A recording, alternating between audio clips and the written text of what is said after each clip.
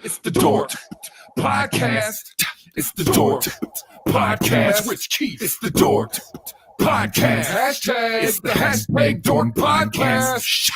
Thanks for tuning in to another episode of Hashtag Dork. My name is Rich Keefe, joined as always by Davey Eyeballs. He is Ryanna Von Diana. He is promo code Ron Von D. All hail the king of ginger ale. It's Ryan Davey. Davey, how are you?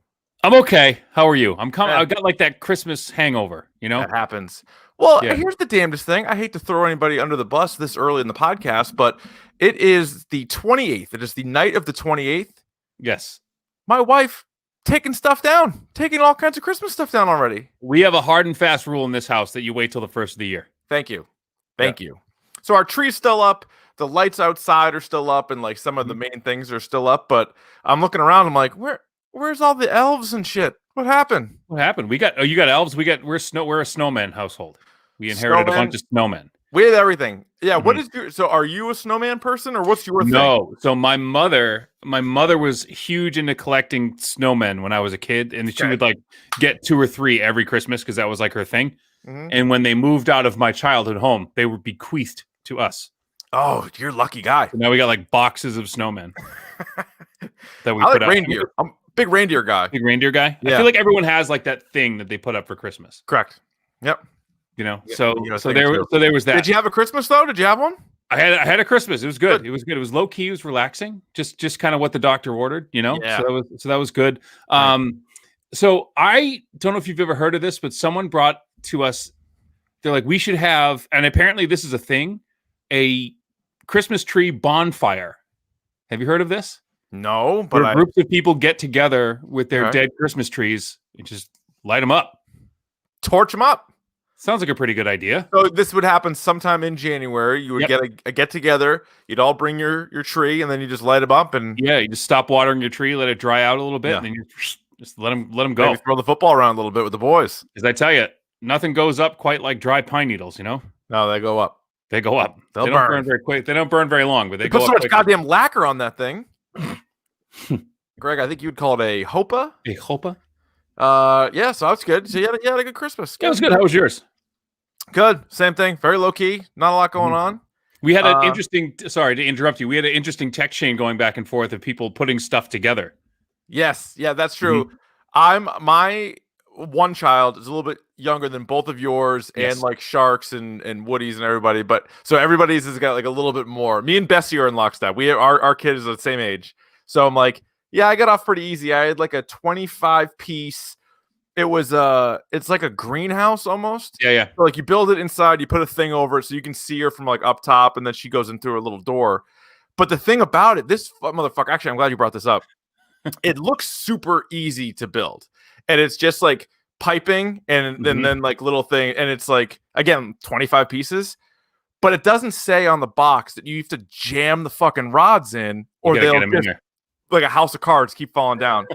So here's the damnedest thing. So my wife told me, she's like, I was reading a review on it. You got to snap them in. I go, yeah, I'll snap them in. I'm down in the basement swearing. And she comes down. She's like, what's going on? I go, this thing won't stay up. I go, I put one end in, the other end falling apart. She's like, did you snap them in? I'm like, I forgot you said that.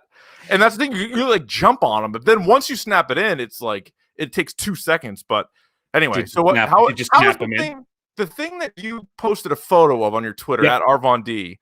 What even was that? So it's a vet clinic by the good people of Melissa and Doug, who I don't know who they are, but I can't wish enough bad things on Melissa and Doug. I'll tell you what, they're rolling in money like Scrooge McDuck. Half my house is Melissa and Doug. So 2 Christmases before that, I had a rotating like 4-sided dollhouse that I put together. I actually did it on stream. I put it together. Yeah, and you had to put together like the furniture. Like there was like a clawfoot tub, and you had to find like the shower head. Like these people are insane. So I'm sitting there. Speaker now. And the other thing too, like my parents came and visited us Christmas Eve and into Christmas Day, and so my dad got bored, and he came downstairs and basically just like watched me stood over me and like watched me put it together. Even better. Which is like the most stressful thing in the world. Make a great activity better. Yeah. Brutal. Brutal stuff. But you got it. You But got the kids had a good time. But you did. Santa came. You had a It was good wonderful. time. It was wonderful. You had a good time. But All right, goddamn. Ron, let's get to the news then, shall we? Let's do Merry it. Christmas to everybody, by the way. Hopefully you had a good one and all that stuff. So let's just keep it rolling. I watched a lot of movies, by the way. We'll get to that. Here we go. Yeah. This week in Dork. Yeah, right off the rip, let me just say this. I watched, in addition to the topic du jour, I watched the film Ma Rainey's Black Bottom, which is the final on-screen appearance of Chadwick Boseman. He did some voiceover work for that show What If that we talked about that's becoming a Disney Plus a little bit. But he was insane. He was awesome in it. He made the movie. I watched the movie Soul, which I'm sure you did too. I did. Get to thoughts on that. Disney Plus. And I watched the movie The Midnight Sky with George Clooney on Netflix. Jorge Clooney, yeah. Jorge Clooney, he was in it. Fine. All of them were fine.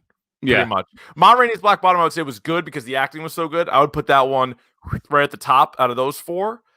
The topic du jour, without tipping my hand too much, Ryan, probably the worst out of the four, but we'll get to that. But again, we're not gonna do a standalone episode on this, but Soul fell victim to I feel like the problem you had with Zootopia, I had with Soul. Understandable. Where like this is absolutely not a kid's movie. Absolutely not. Oh, zero. I mean, again, my daughter's 1.5, so I didn't even try watching it with her. Did you try watching it with the kids? I did. And what so did they think? my wife was asking, Rye was asking the girls after, she's like, what'd you think? And they were like, oh, it's cool. I'm like, and she's like, what was it about? Like, what's a soul? And they're like, I don't know. Yeah, I would think they have no idea. Super adult. I think, but even as an adult movie, did you like it?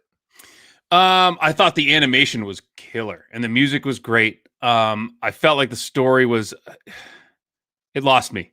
It's at one point, it kind of lost me. I was thinking the same thing because, again, whether it be your kids or like my nieces and nephews, I'm like, if they watch this, like, I'm having a hard time figuring out what the frig is going on. No, it wasn't so much that I didn't know what was going on, is that I got bored with it. I was just like, what? Like, I was trying to put myself in the shoes of like a 7-year-old and be like, would they be able to be like, yeah, that's the soul realm, that's a soul, like they're going back there, like this guy's obviously dead, like this guy's not, blah blah blah, whatever. Like, I don't know. I would just say that movie, I thought it was gonna. I didn't like the movie Inside Out. A lot of people loved Inside Out. I really didn't like it at all. I did like that one. I did like that a lot because it's things you can like. My 6-year-old doesn't understand because they talk about, like, they start quoting like Aristotle. Yeah. Oh yeah. All those jokes like, are like no chance. And I'm like, what? And so, but she understands what anger is. She understands what joy is. You know what I mean? But she doesn't understand with like like a soul's purpose, or like, you know what I mean, to the physical body versus the emotional body. You know, she didn't really like understand that. Who does? Yeah. So it was hard. It was hard. They watched it again today. They're like, oh, it's cool. I'm like, all right, man. I guess. All right. Yeah, it looks cool. I'll give you that. It looks cool. It did look really cool. How about a couple of trailers here, Ryan? Coming to America with the number 2 comes out March 5th on Amazon Prime. And I'll tell you what, these guys still have it. Looks Eddie pretty Murphy good. And Arsenio still got it. Still got their fastball. Yeah. I love it. I think it'll be good. Maybe a standalone episode. We'll see where we're at in March. Maybe.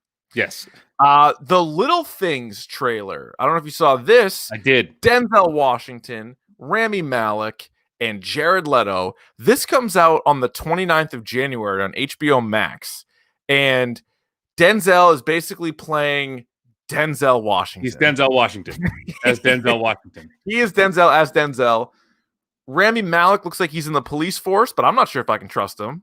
And Jared Leto could be a killer, probably a killer. Good chance he's a killer. Can't pin it on him though. But I'm not sure. I don't have the DNA results back, so I can't give it to him just yet. But this looks pretty good, doesn't it? I'm excited for it. So you get 3 Oscar winners in this movie. The trailer looked pretty intense. Yes, they say the title of the movie in the trailer if you're excited about that. It's The Little Things. It's the little things. Mm-hmm. It's the little things. Like, that's cool, dude. The Mandalorian season 3 will not be out until 2022, although not a huge news because it was supposed to originally come out December of 2021. So yeah. So what, they push it back like a month? And you got it. You months, said, I think you said it last week. We're already basically into 2021 anyway, so doesn't matter. And you have other stuff to keep you busy for a year. If you do, if including the world is still here. Yeah. Cobra Kai season 3 got bumped up a week. It's going to be out this Friday, January 1st. Can't wait. Looking forward to it. You can check the archives. We did a standalone episode on the first 2 seasons. We combined it for one episode of Cobra Kai. So you can check that out. Ryan, this is some sad news. I hate to get to it, but we I would like to at least mention this guy. Luke Harper, aka Brody Lee. Those are 2 of his wrestling names. Luke Harper in the WWE, Brody Lee most recently in AEW. Passed away a couple days ago at the age of 41. And great wrestler, great character, really good in-ring. I loved like the whole Wyatt family thing. He was a big part of that. He and Bray Wyatt coming up. But all the stuff that you read about him, all these wrestlers took to Twitter to say like the ultimate family man, like the best father, the best husband. Yeah. Like when he wasn't wrestling, he was talking about his kid and he was always like, couldn't wait to get back. But he gave everything he had to the wrestling business and all this other stuff. And just brutal. I believe it was, what was it? Lung cancer. They said it was a non-COVID related lung issue or something. Yeah. Respiratory issue. Yeah. Sorry. John Huber is his real name. And just brutal. And just I went down like just reading through all these different guys and gals that knew him and just what they were saying about him. And it just sucks. You know, it's so bad. Like you hear all the time about like the wrestler deaths. Like this one, a lot different than some of those other guys. No, and I think it's from reading what I read. I as you know, I'm not like a huge wrestling fan. Like I loved old school wrestling, but I'm not really up on current wrestling, so I don't know who this dude is. But from reading, I mean, this is something that has been like ongoing. It had been something that he was in and out like the last year or two. That sounds right, because I haven't watched any wrestling, let alone AEW over the last like year. Really, since they lost fans, I haven't really been paying attention to it. But I know he switched companies. The guys over at Pop Culture Piledriver would know a lot more about it. Hopefully. I don't know if they're going to do an episode on it, but I'm sure they'll touch on it in the next episode, Rossi and Billy D. But just sucks. Just a brutal one right there. Speaking of Rossi and Billy D, what do you say we get to this segment of the program? This is This Week in Horrible Rossi Takes. All right. Again, Pop Culture Piledriver is the podcast. Our buddies Jason Rossi and Billy D put on the program there. And Ryan, I don't know if you caught their most recent episode where they discussed the movie Bad Santa. I have not yet, but I was just reading through a text chain. Okay. And it said, and Wesley Sykes just said, man, just listen to the Bad Santa PCP pod, and they really out here taking names. I don't know what that means, but they better keep my name out of their mouth. Oh, they talked about you, but that's not what I'm here to talk about. We're talking about bad takes. They didn't like it. They didn't like Bad Santa. What? How insane is that? What? And Rossi was dressed up as a Santa. He looked like a real merry son of a bitch. I saw looked that. Like he poured like Elmer's glue all up into his beard, just like shook it around. But he looked great. They were both very festive. Both those guys are very, very pro Christmas. And then he shows up and he's saying doesn't really like Bad Santa. And he even went so far as to say a movie that was an hour and a half felt like it was 2.5 hours long. And he said one of the parts they could have cut out was John Ritter's character explaining to Bernie Mac the sex scene. What? I was like, take that out. That was the best part of the movie. What? Insane. Oh, yeah. Oh, yeah. So we like fucking women in the ass. They didn't like the movie. I was like, I couldn't believe it. They were like, oh, yeah, it was funny. I'm like, well, it's a comedy. It's supposed to be funny. But then they were like trashing it. I love that movie. That scene, and I said it when we did the Christmas movies. Yeah. Where John Ritter is so uncomfortable talking about it. So good. And Bernie Mac is eating an orange, like sloppily eating an orange. It's the most ridiculous. I get the feeling. Remember when you were talking about baskets and Louis Anderson drinking the sports drink and like coughing it up? Chugs it and then spits it out, but like it's not even a part of the scene. Yeah. No, that Bernie Mac eating that orange does this as the same effect on me. I think that's the funniest thing. It is, because that movie is so funny. This is how I know the movie is hilarious, because I forget what year it was. Maybe it was like junior year of college. the football team was doing like hey, during preseason, you guys all got to show up and we got to watch a movie, like team bonding. And nobody wants to do that. You're all sore. You'd rather just play video games in your room with your roommate. Like you don't want to go to like an auditorium and watch a movie, right? So we had to go something. They ended up picking Bad Santa. I had not seen it ever. And I'm like, I don't even want to be here. Like, I just want to go home. And they put it on. So you're in like a bad mood watching a comedy. And I was still like pissing myself laughing. So that's how you know it's that good. That's how you know. Yeah, I absolutely agree. Anyway. When a movie can change your mood, that's yes. Yes. All right. So anyway, that's on those guys for that. But let's get to the next thing, Ryan. Come on. It's time for Davey's video game minute. Even if it takes more than a minute. All right, Ryan, what do you got? Well, I got one thing, but first and foremost, the Davey's Video Game Minute, powered by our friends at Wild Bill Soda. Go to drinkwildbills.com, punch in the promo code Ron Von D, get yourself a nice little discount, and hopefully your New Year's resolution is to drink more craft beverages. Get them all at Wild Bills, drinkwildbills.com. Treat yourself. 2021, mug. Treat yourself. You might as well get the best root beer and the best gingy and the best sarsaparilla. Talk about self-care. And yes, they do have kicking sarsaparilla in birch beer. So go to drinkwildbills.com, get you some of that. We have the Davey's Video Game Minute, again, powered always by Wild Bill Soda. Now, I have one thing that I want to talk about today because I'm itching to talk about the topic du jour.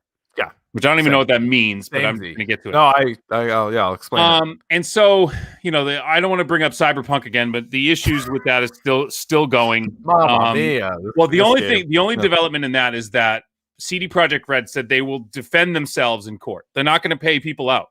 Like with this class action suit, they're actually going to take it to court and defend themselves. Okay. Yeah. So that's a little bit of a thing there. Interesting. But the one thing that I did find interesting for this week is that Steam, the PC kind of hub for like all, video game sales, shared its top 100 video games of 2020.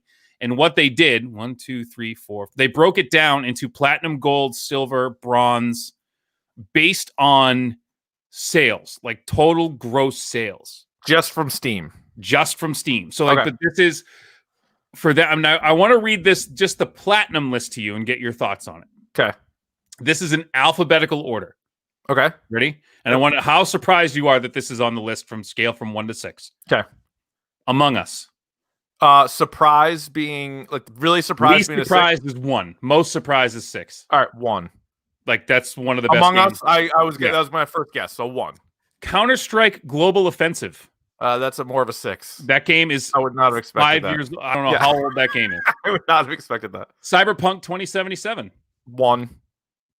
Destiny 2. 2. Doom Eternal.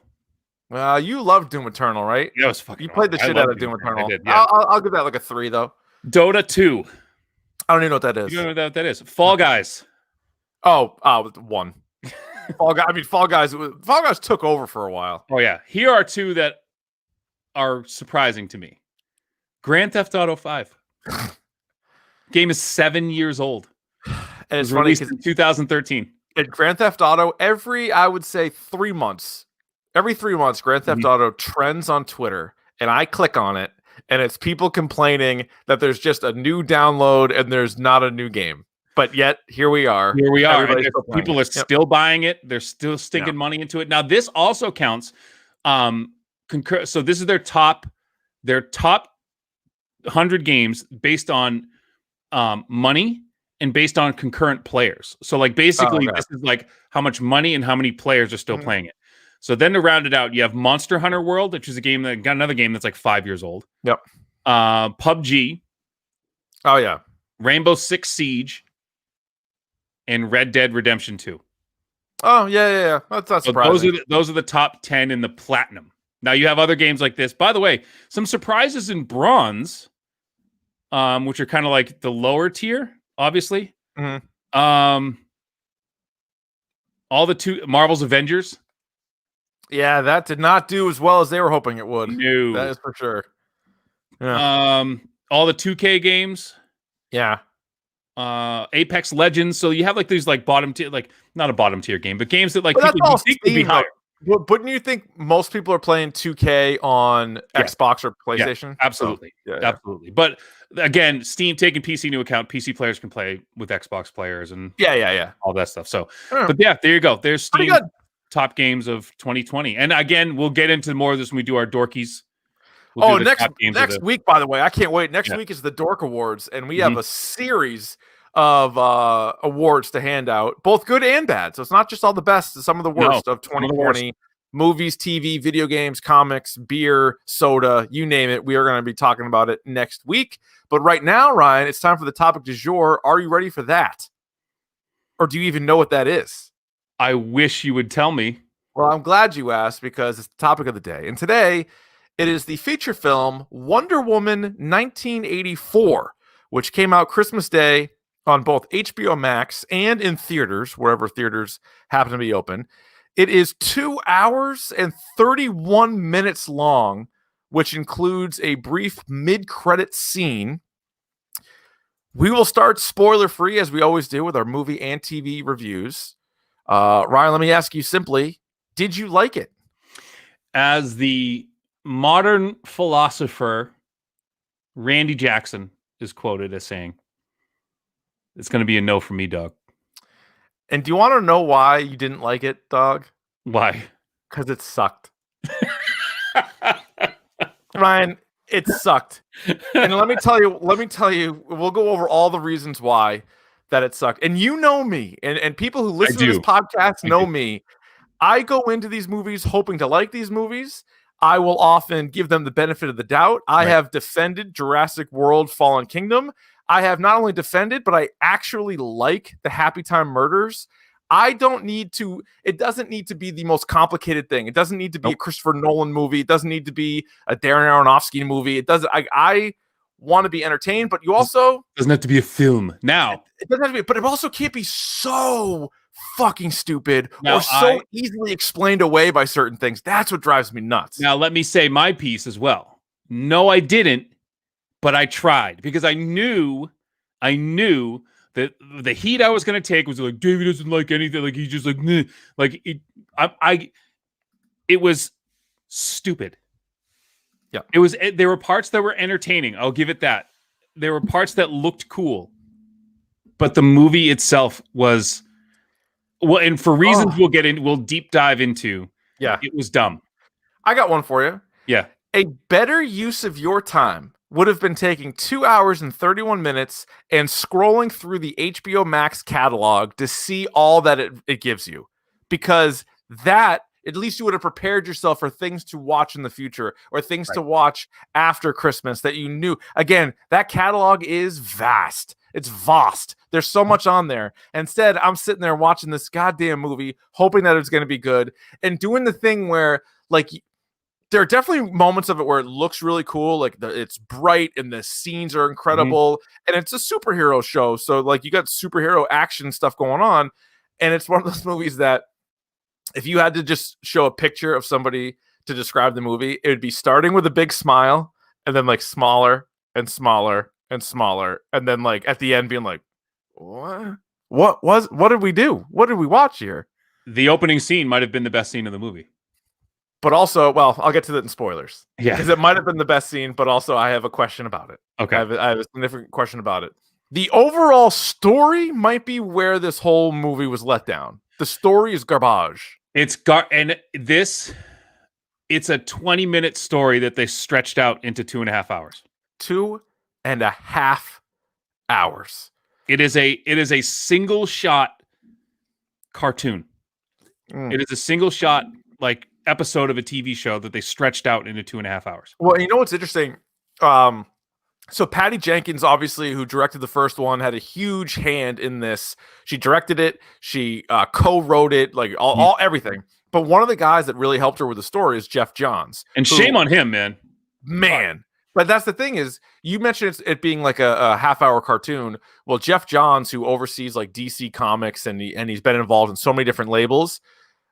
I haven't read all of his stuff, but I think it's fair to say it's pretty hit or miss. Like there's some great Jeff Johns stuff, but then there's some other stuff that's not. And you're like, all right, you could see maybe where he got some of his input in there. Although I really think this was a Patty Jenkins show. There's a story we'll get to in spoilers that kind of explains that a little bit. I also thought the action was not great. Like it didn't look even as good. There was some sweet lasso action, but even that couldn't save it. And it didn't look as good as the first one. It didn't look as good as other modern comic book or even action movies. Again, a couple of cool fight scenes or a couple of cool like use of Wonder Woman's powers, but for the most part, meh. No, and there was the lasso. Look, the special effects on the lasso are laughably bad. Yeah. Like it's bad. Like it looks like it came out of the 80s show. Another big problem I had with the movie was it tried to be funny. It actually at times like it like straight up, we are going for laughs, and then there just weren't, and you're like, ooh. There was one scene in particular, and again, this isn't a spoiler, but there's one scene where Chris Pine, who's playing what can I fucking this? Steve Trevor. I almost said Steve Rogers. Steve Trevor. He drops down into this world, and he's a man out of time, but yet like forgets how to dress himself. So there's like this 80s montage of him like trying on outfits. And you're like, what the fuck are we doing right now? I think that's what killed me. Yeah. They were kind of leaning into the 80s thing. Yeah. And then immediately backed off on it. Like it was like, all right, we're going to be campy 80s. Oh, we're in a mall. We're super 80s. And we're like, oh, look, he's wearing a fanny pack and parachute pants. Like that's a joke. And then they completely backed off of it.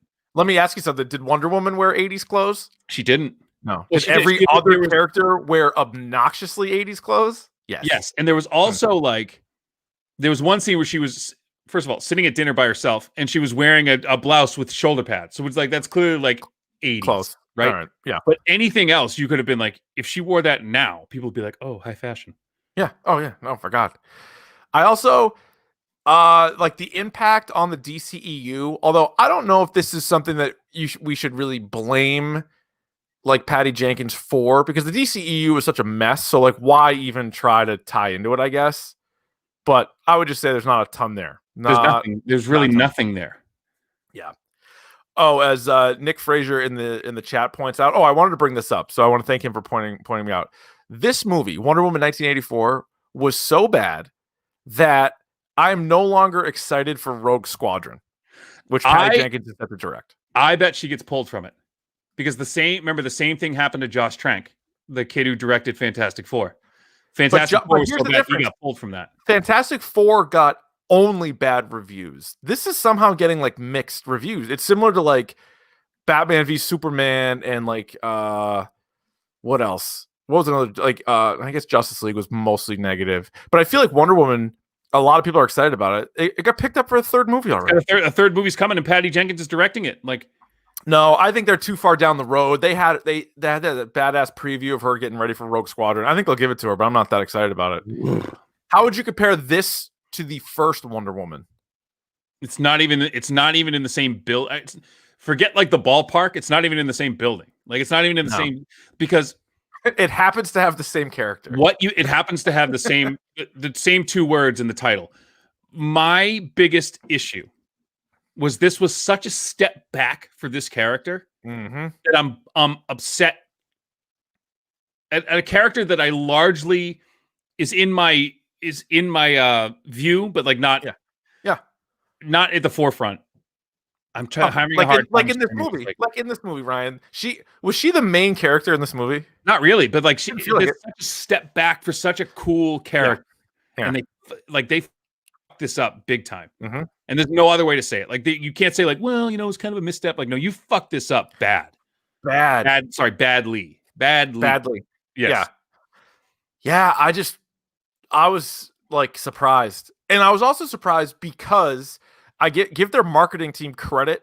They were running ads nonstop, and they were constantly flooding you with all of the 5 out of 5-star reviews. Or like I think we follow them on Twitter, or at DORK Podcast. We follow Wonder Woman, and I stopped because they kept constantly retweeting and liking flattering things about the movie. And I'm like, no, I've seen the movie now, and it's garbage. But like that was the thing, is like my Twitter timeline was flooded with how great this movie was by people that had seen it early. And so then I watched it Christmas night, and I'm watching it, and I'm like, so apparently this is going to be good. And I was like, no, like I guess it never got good. No. All right, it never got good compared to the other DCEU movies, and this is a dump of a list. But where would you rank Wonder Woman 1984 amongst the? Let me bring it up. I believe it's 9 DCEU movies. There are a top 3, a middle 3, and a bottom 3. This is in the bottom 3. Correct. I also have it in my bottom 3. Now, my order, I would say it's not as bad as Suicide Squad. I put it one notch below. And here's my list. Now, you could tell I'm very anti-Superman, and I understand my last is not most people's last, but this is how I would rank them. And believe it or not, I have Birds of Prey number 1. I liked it. I was entertained. I had a fun time with it. I have Shazam at number 2. Yep, Shazam's my one. Shazam.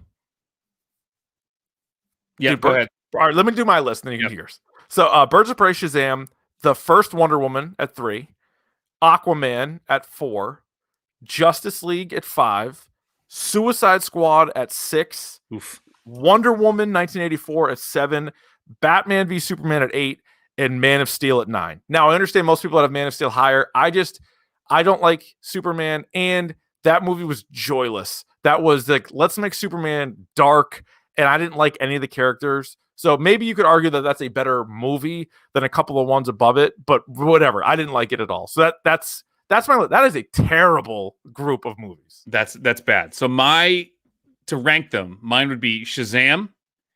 Yep. Wonder Woman. Birds of Prey. Yep. Man of Steel. It gets tough. Aquaman. Aquaman, yeah. Justice League. Batman v Superman. Oh, no, sorry, Man of Steel. Did already did Man of Steel? Yeah, you bumped that up. Batman v Superman, then Suicide Squad. That's all of them, I think. Yeah, but where would you have this again? Oh, sorry. This is like right before Suicide Squad. So like Wonder Woman 84, Suicide Squad. Crazy. That's the one I missed, yeah. Crazy. And then I've seen a ton, and we'll go over the list next week, and I've been trying to watch more this week. I've watched a ton of 2020 movies, and this one, as of right now, is somewhere in the middle, and that just more speaks to the 2020 movies. Mm-hmm. Like, they are just awful. Most of them are either Netflix or HBO releases or like Hulu, or like there's not – it's bad. But this one's somewhere in the middle. Scene, man. Not a good scene. What would your – before we get to spoilers, what would your hashtag dork score be for Wonder Woman 1984? Hard, fast, 2. It's a 2. I think when it was over with, I thought 2.5, and then I've just been thinking about it a lot since, and we haven't talked about it at all, you and I. And I've just been thinking about it. And I'm like, God, it just stinks. It just stinks so bad that it's a 2. It's a goddamn 2. Once we hit the spoiler alarm, so I can tell you my true feelings. All right. Oh, here we go. Let's do that. Spoilers! Spoilers! Here come the spoilers!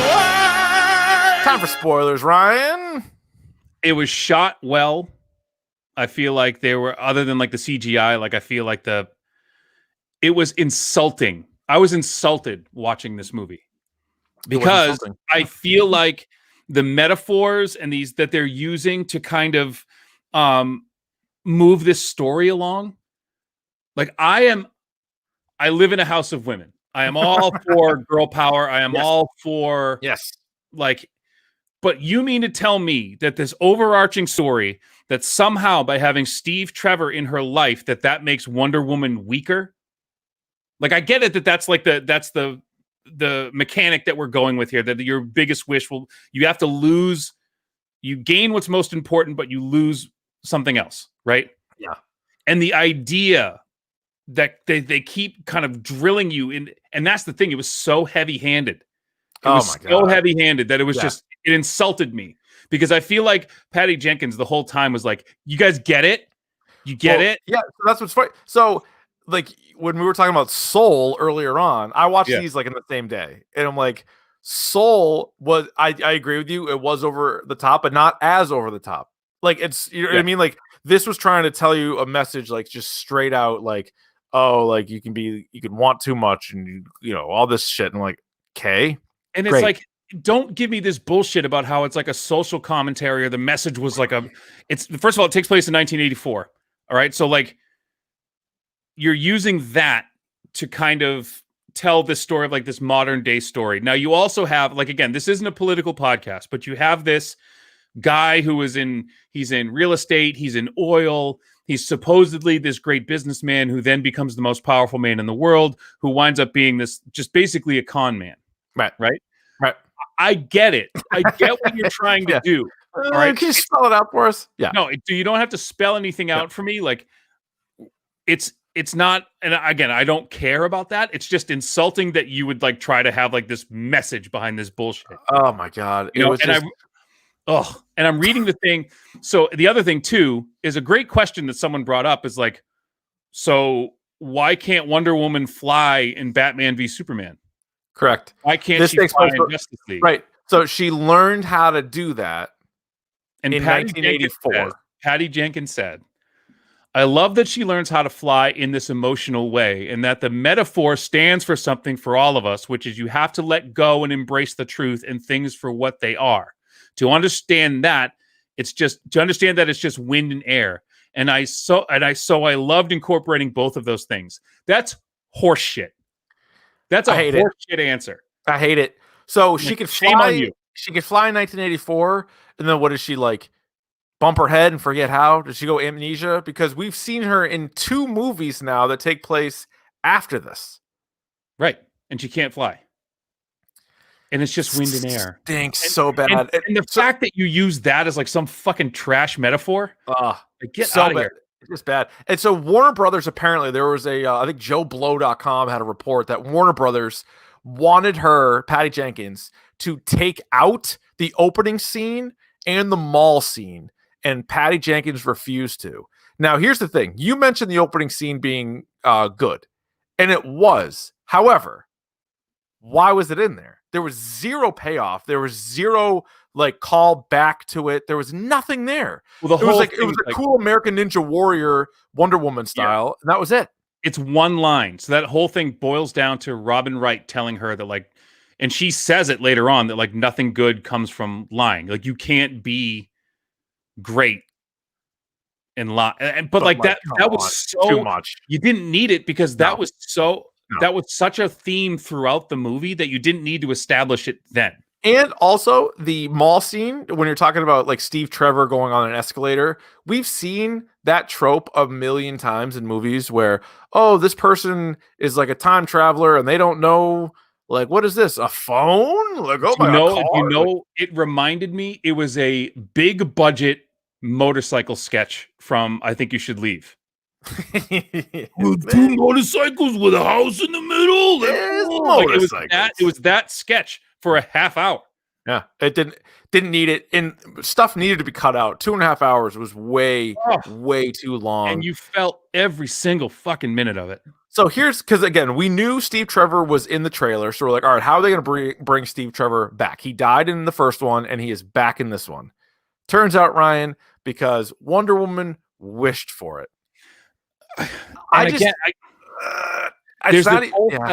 this whole setup of like how this is working. Like there's like, first of all, the stone itself is fake. Like they throw it away, but it's like, it doesn't look like it's supposed to look, but it actually does grant wishes. And they go into this huge backstory about how it is like the embodiment of like this trickster god.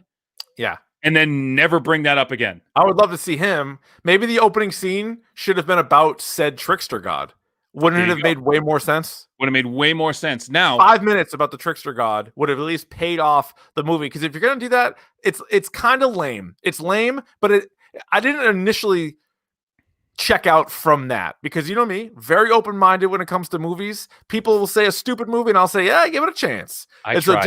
Just because it was about wish. No, but this one sucked. The wishes thing was so stupid. And so a couple things that jump out immediately with the wish crap is Wonder Woman wishes for Steve Trevor.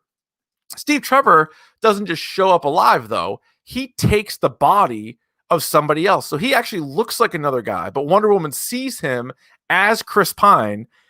What the fuck happened to the other guy? That wasn't explained until like an hour later. So it was like super confusing when it first happened. It was confusing, Like, but wait, would what? you maybe think that this guy had either a family, a job, or friends that would know that he's not dead, but he's just a completely different person now and is hanging around with a completely different person? Like, And how about they bring him back at the end and he's wearing that same fucking outfit and they talk. It's the dumbest thing. And they talk. But also, Wonder Woman's a superhero, right? Superheroes, for the most part, don't kill people. And when she brought back Steve Trevor, her first reaction was, oh my God, Steve's here. And she's kissing him and loving him and everything else. And he's looking in the mirror and he's like, oh, I don't know about this guy. Hey, I like this guy. You just killed that guy. You essentially killed that guy. That guy was dead. What the fuck? Also, the end, and we're going to jump around because the movie also jumped around and it was stupid. So Max Lord, which I'm glad Max Lord was in a DC movie. I'm good with that. Like, also Simon Stagg, who was in was he in the Arkham Knight game, and he was in the Flash TV show, I think. He was in it briefly, like one of the business guys with Max Lord. Max Lord also was in Supergirl. Anyway. So Max Lord, once he takes over, apparently all you had to do was renounce your wish. That's all you had to do. And it reminded me of Michael Scott. I declare bankruptcy. But not only that, but like what really bugged me is he had to have people say it, but Wonder Woman never wished out loud to have Steve Trevor back. Everyone else had to say it out loud. And how come he could? But I guess you could say the whole deal was like the stone would take something like powerful of yours, but like he got to basically pick what it was. Yeah, I guess maybe you could explain that away. But it was stupid too, because once you open the door to broadcasting on TV and having everybody make their wishes, like what if you and I wished for things that contradicted each other? Like right away, that's a flaw. I mean, that's the chaos that happens. But I have two questions. Two. No. One, why does he start bleeding from the eyes and ears? Never explained. Because he eventually at the end scene when everyone's doing their wishes, he's fine. He was dealing with some sort of medical issue, wasn't he? Never explained. No. But then then at the end of the movie, he's fine. And then here's my big question, Richard, for the big climactic battle scene in this whole thing. Why do wishes create wind? And so much wind that Wonder Woman and the lasso of truth cannot penetrate it. They're in like this like turbine wind tunnel from all these wishes. Why do wishes create a vortex? That doesn't make a fucking lick of sense. And not only that, she lassoed the camera he was using and smashed it. How are they still broadcasting to the world as she has the lasso around his leg? Oh, I mean, like it doesn't make any sense. None of it makes sense.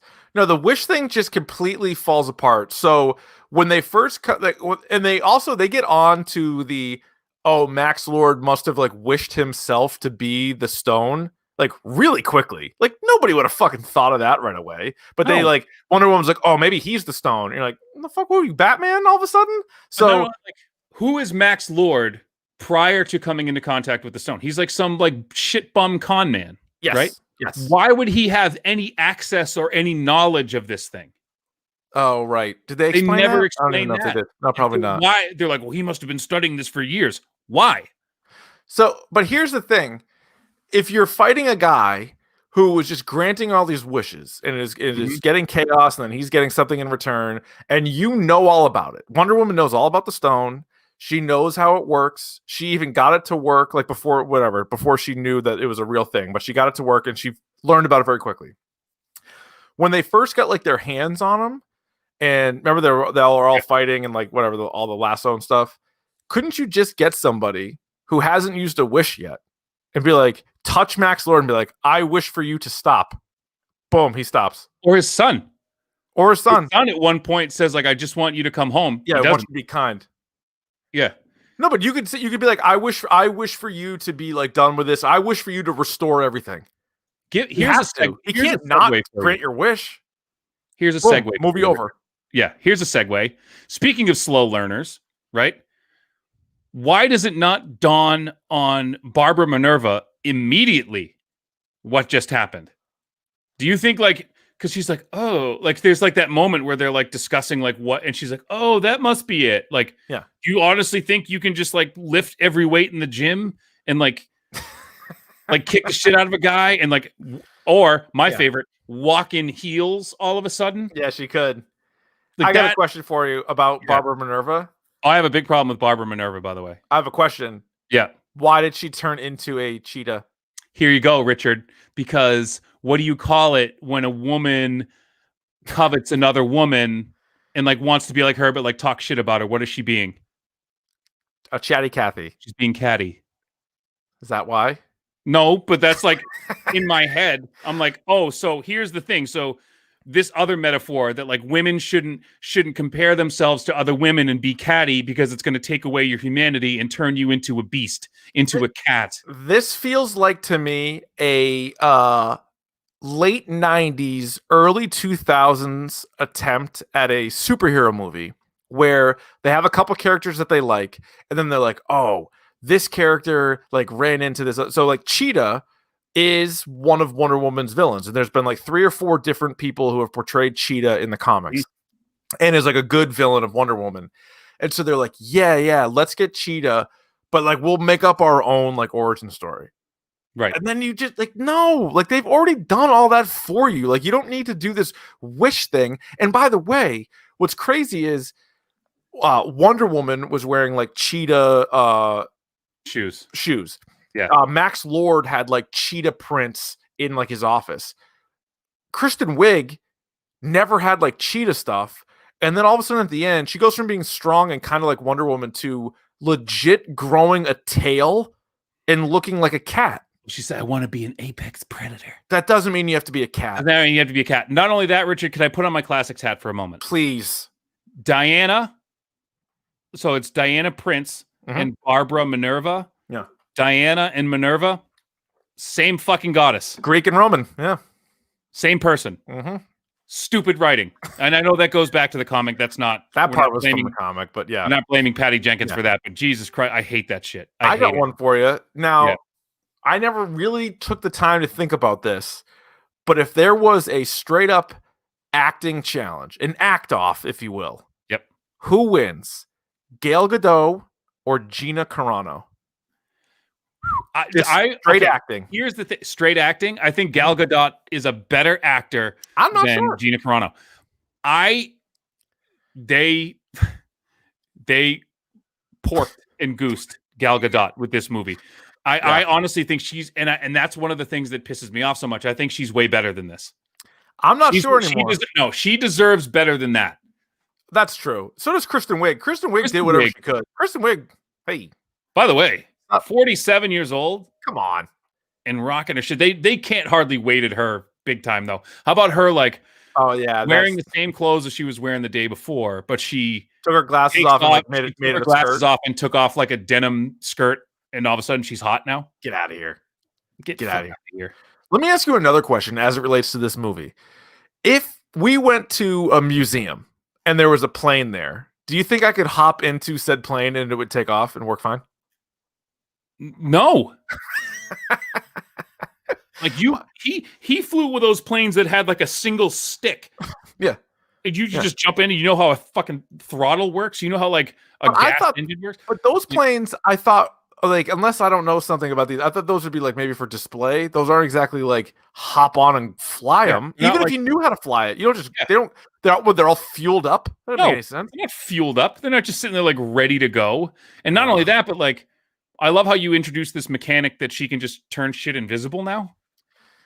Well, again, they're like, she's got these powers, and let's just throw them in there. But she's doing that stupid thing where she's doing the thing with the ball, like twisting a Rubik's Cube, right? And really concentrating to like make shit invisible. And then you take said invisible plane, which is a jet plane, so it runs on fuel, and you fly it through fireworks. This wasn't good. Oh yeah, the fireworks show. You didn't like the fireworks show? Oh, how about that part too? She's like, she sees all these like big fireworks are going off, and like he looks over at her, and she's like, "Oh, it's the 4th of July." You're like, "What the fuck?" She's like, "Oh, that's right. It's July 4th," and they're like, "Oh, cool. Let's have a moment." Yeah, like, that didn't. I just didn't like it. Here's Patty Jenkins' quote about the invisible jet. She does not have an invisible jet, but she can make a jet invisible in the world we've now created.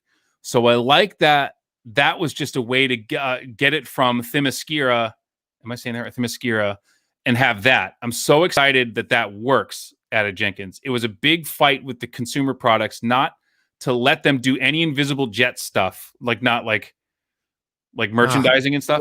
Yeah. And I was like, no, I want people to experience it. If they know it's coming, it'll be a letdown. No, I got to tell you, Patty, it was a letdown anyway. The movie sucked out loud. Like I wanted it to be good, and I was thinking, like, man, this had an easy chance to be the best movie of the entire year because there was just nothing that came out. It's hyped up that way. Yeah. Oh my god! What a shitstorm! And again, you wasted. You fucked a whole character now. Because what has she been doing for the next 40 years? Oh, I don't know.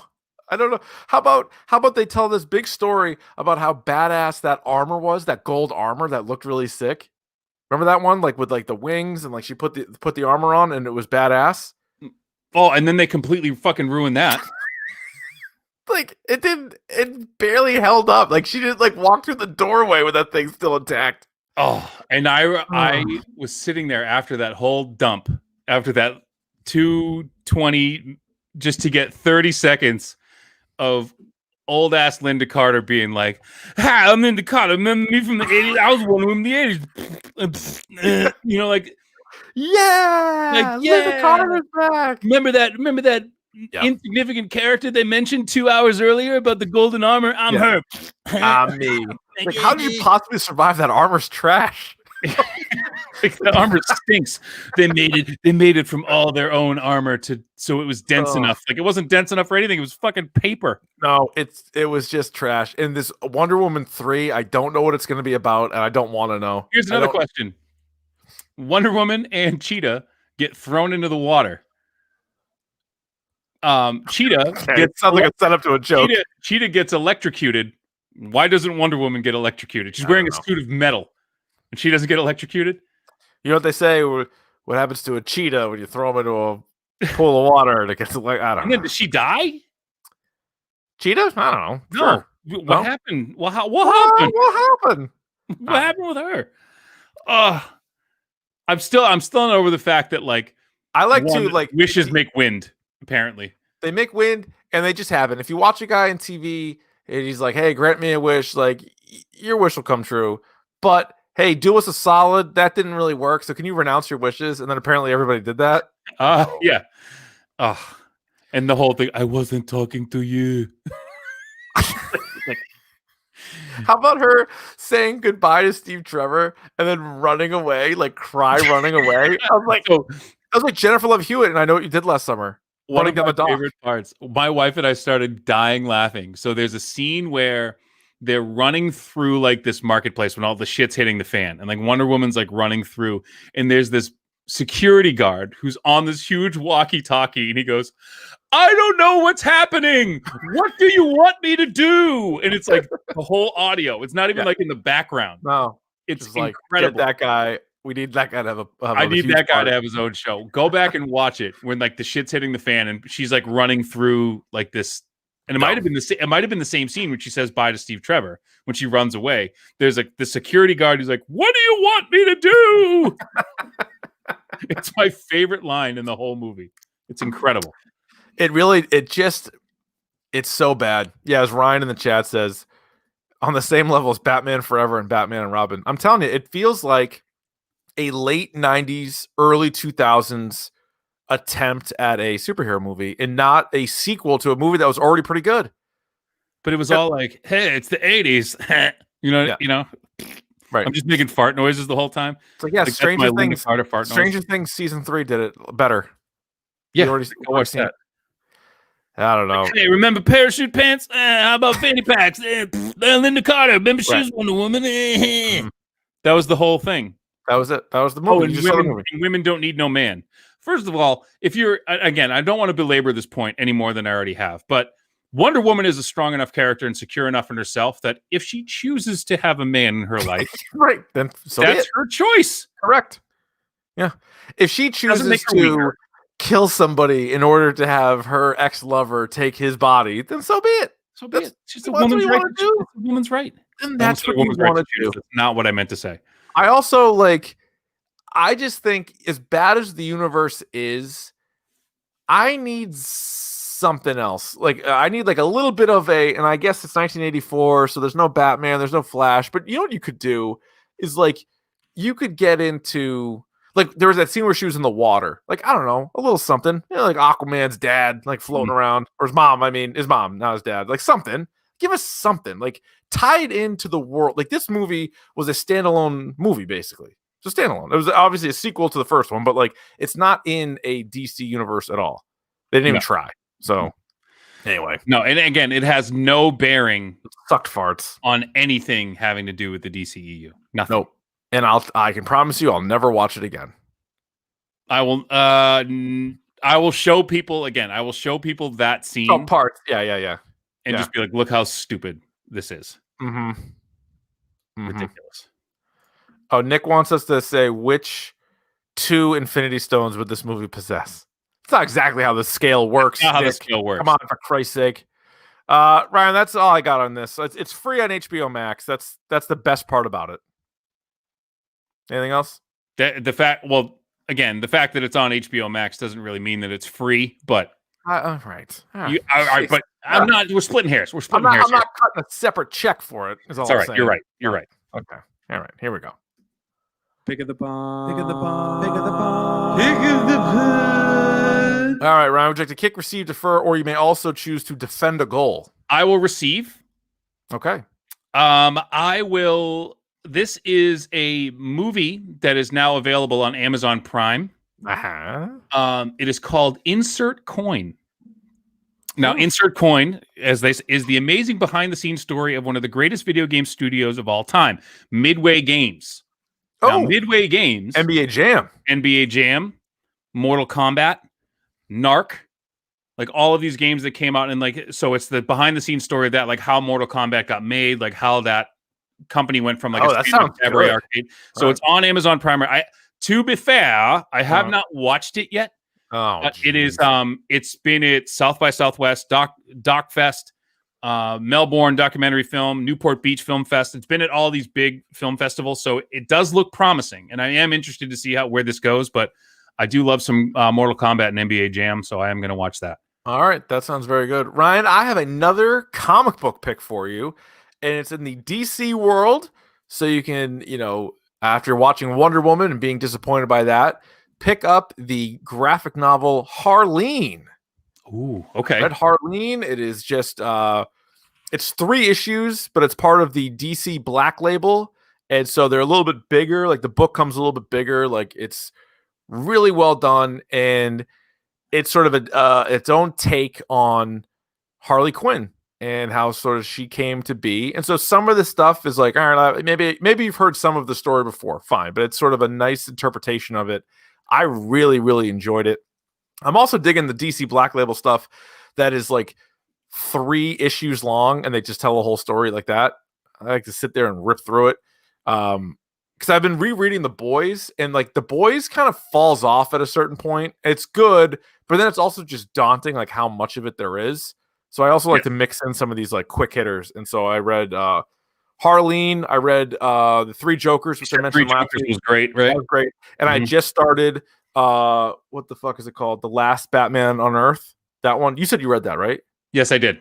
All right, so I just started that. That's so far so good. So yeah. All right, those are my picks there. Next week, again, huge program next week. The 2020 Dork Awards. 2020, not all bad. TV was pretty good this year, so we will go through the best and worst in movies and TV and comic books and video games and soda pop, all kinds of stuff. Other podcasts, you name it. We're gonna rip through it. Best characters, steal a smooch. We've done these. Oh yeah, we've done these. We've done. You know what we're doing. You know what we're doing. Just to clarify, so the one you're reading is The Last Night on Earth, right? I'm sorry, The Last Night on Earth. Okay, I was like, wait a minute. What did I say? Familiar? You said The Last Batman on Earth, but it's The Last Night on Earth. Night, K-N-I-G-H-T. What an idiot I am. Like Dark Knight, not like yeah. It's good though so far. It's good. All right, you can rate, review, and subscribe to the podcast on iTunes. You can follow us on Twitter and Instagram at Dork Podcast. You can subscribe to our YouTube channel as well. Every Monday night we are streaming. Usually we start around 8:45, a little earlier this week because of the Monday Night Football game. Just go to youtube.com/Dork Podcast. You can follow Davey on Twitch. Subscribe to his Twitch channel, twitch.tv/rvond. Mm-hmm. And if you're on Facebook, you can join the Facebook group at the hashtag Dork Shared Gooniverse. You can find out what's going on with us, with Mac and Goo, the Pop Culture Pile Driver podcast, the Change My Mind podcast, our buddies Shime and Dr. Joe the Backcracker on the Twitch as well. That'll do it. Ryan, any final words? Anything? What's going on? What do you want me to do? What do they say about wombats, right? They crap out Wonder Woman 1984.